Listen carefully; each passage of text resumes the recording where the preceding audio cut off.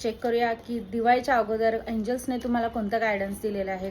जे गायडन्स येईल ते क्लेम इट करायला विसरू नका. एंजल्सचं गायडन्स आहे, लक्ष्मी मातेचं गायडन्स आहे तुमच्यासाठी. ह्या चॅनलवर तुम्हाला लक्ष्मी मातेचे आणि एंजल्सचे गायडन्स मिळत जातील. एंजल्सचं गायडन्स या व्ह्युअर्ससाठी काय आलेलं आहे ते मी सांगते तुम्हाला. Embrace gratitude for all that you have amplifies healing. हे बघा, आतापर्यंत तुम्हाला ज्या कुठल्या गोष्टी युनिवर्सने दिलेल्या आहेत, देवाने जे काही तुम्हाला दिलेलं आहे त्याच्याबद्दल तुम्हाला ग्रॅटिट्यूड करायला सांगितलेलं आहे. कारण ग्रॅटिट्यूडच्या भावनेमध्ये आपण जेव्हा राहतो त्या गोष्टी वाढत जातात.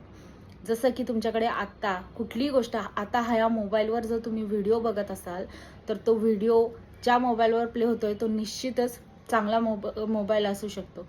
भले तो कोणताही असू द्यात, कोणत्याही कंपनीचा असू द्यात, पण त्याच्यासाठी ग्रॅटिट्यूड करा.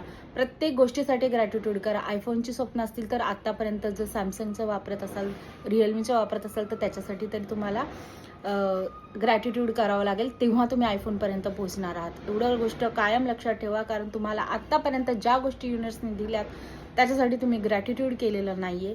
हे या गायडन्समध्ये निघून आलेलं आहे की गायडन्समध्ये कायम ग्रॅटिट्यूडच्या मोडमध्ये राहा. हा व्हिडिओ तुम्ही बघत असाल तर निश्चित तुमच्याकडे हा मोबाईल आहे, इंटरनेट आहे. जेवढे पैसे तुम्ही या मोबाईलसाठी पेड केलेले आहेत, इंटरनेटसाठी पेड केलेले आहेत, 2 वेळचं जेवण तुम्ही व्यवस्थित जेवत असाल तर, आणि तुमच्याकडे व्यवस्थित कपडा लत्ता असेल तर निश्चितच जेवढं काही आहे त्याच्यासाठी तुम्हाला ग्रॅटिट्यूड करायला सांगितलेलं आहे.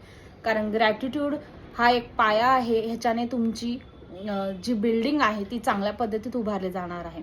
बिल्डिंग ही संपत्तीची तुम्हाला बिल्डिंग उभारायची असेल, कुठल्याही गोष्टीची असू द्या, चांगल्या रिलेशनशिप्सची असू द्या, पहिले जे आहे त्याच्यासाठी ग्रॅटिट्यूड करायला गायडन्समध्ये आलेलं आहे. त्यामुळे विसरू नका ग्रॅटिट्यूड करायला.